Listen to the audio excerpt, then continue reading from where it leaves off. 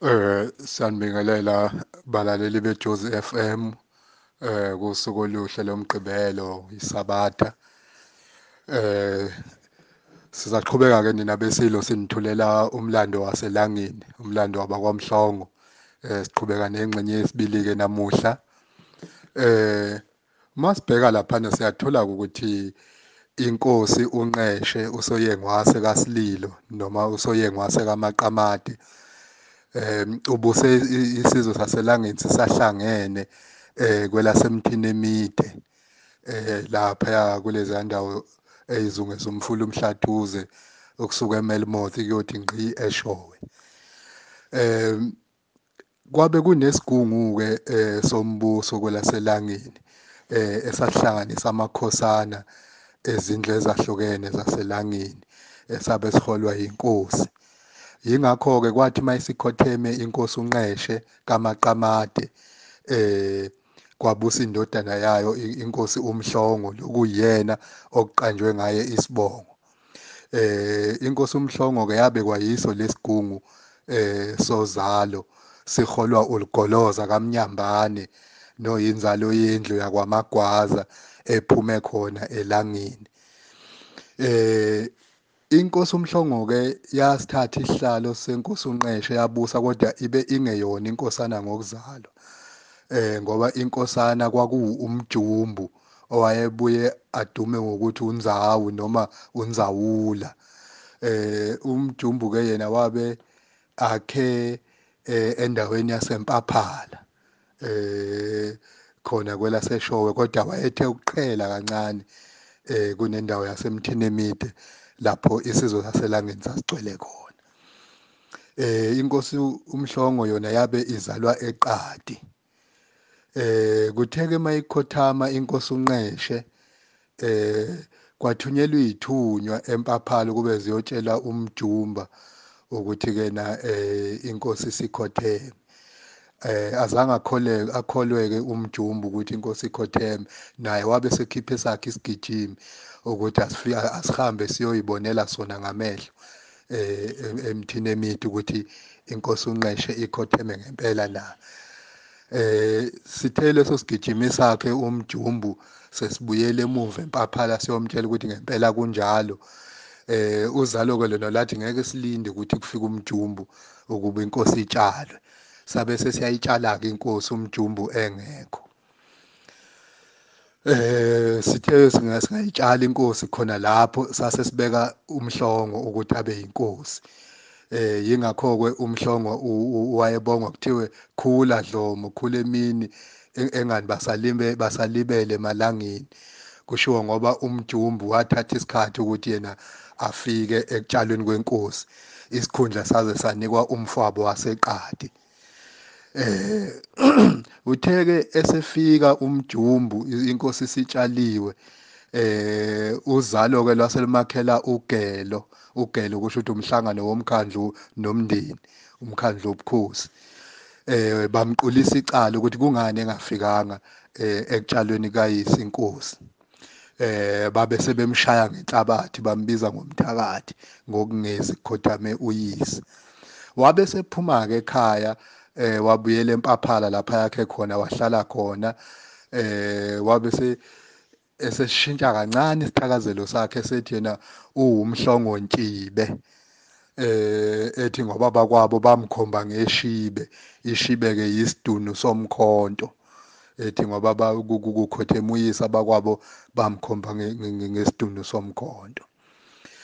Inkosi uMhlongo yona ilandelwe inkosi uMbengi, uMbhengi weNguge.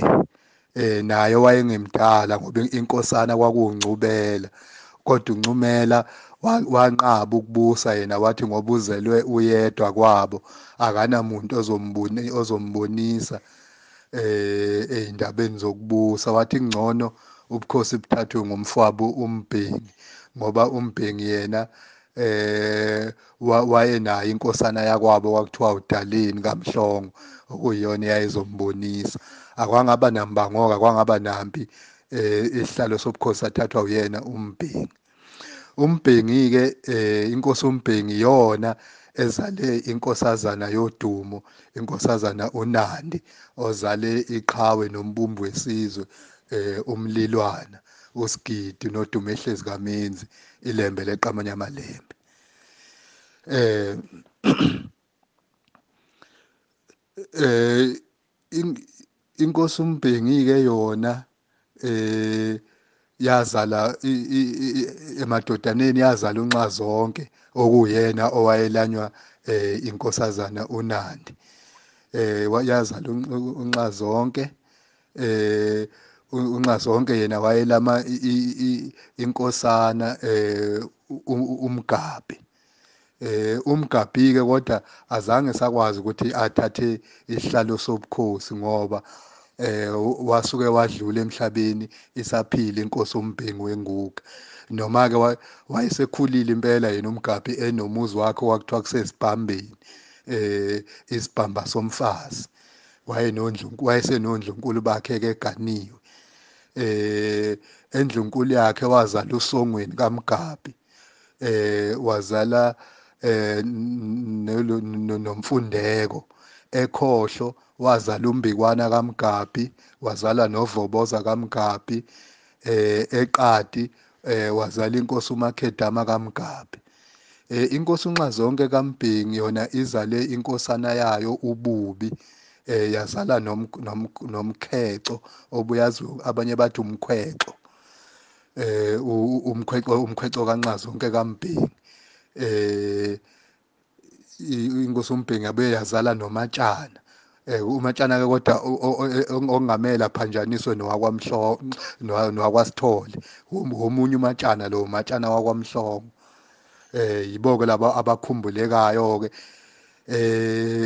Inkosi uMgabhi ke noMbhengi babezela amadodana amaningi, amanye awasakhumbuleki ngoba abaleka kwelaKwaZulu ngenkathi amazinyane esilo senza ngakhona, oDingane noMhlangana behlangene noMntwana inkosazana uMkabayi ngenkathi behlasela kwaDukuza, behlasela iLembe, beligubuda belipheqa amahlombe. Baningi abantu baselangeni ababelapho ababelekelela iLembe ekubuseni. Kwayena umalume walo iLembe uqobo uNxazonke wayekhona lapho namadodana akhe amaningi-ke. Kwathi makuvela lesigigaba ngoba isilo saseMgungundlovu uDingane sathi sesiphethe, sabazingela sabafuna ngamehlo amnyama, baphoqeleka ukuthi babaleke kwelaKwaZulu bagcwala kwelaseButhonga, kuyoshona le phezulu koMozambique, lapho okukhona khona enye indlu ezalwa uNxazonke okuthiwa yindlu yakwaNtsholo. Ake sime-ke lapha namuhla balaleli beJozi FM ninabesilo. Umlando wabaselangeni mude. Sizobe siwuqhubeke ngokuzayo ingxenye yesithathu lapho esothi ukukhuluma khona sigcile kakhulu embusweni kaNxazonke nabafowabo oMandlesilo, kanye nobudlelwano baba khona phakathi kamalume uNxazonke nomshana wakhe iLembe, neqhaza abaselangeni abalibambe ekwakhiweni kombuso wakwaZulu, nezimpi ezaba khona phakathi komshana wabo iLembe selilwa nabo abaselangeni uqobo.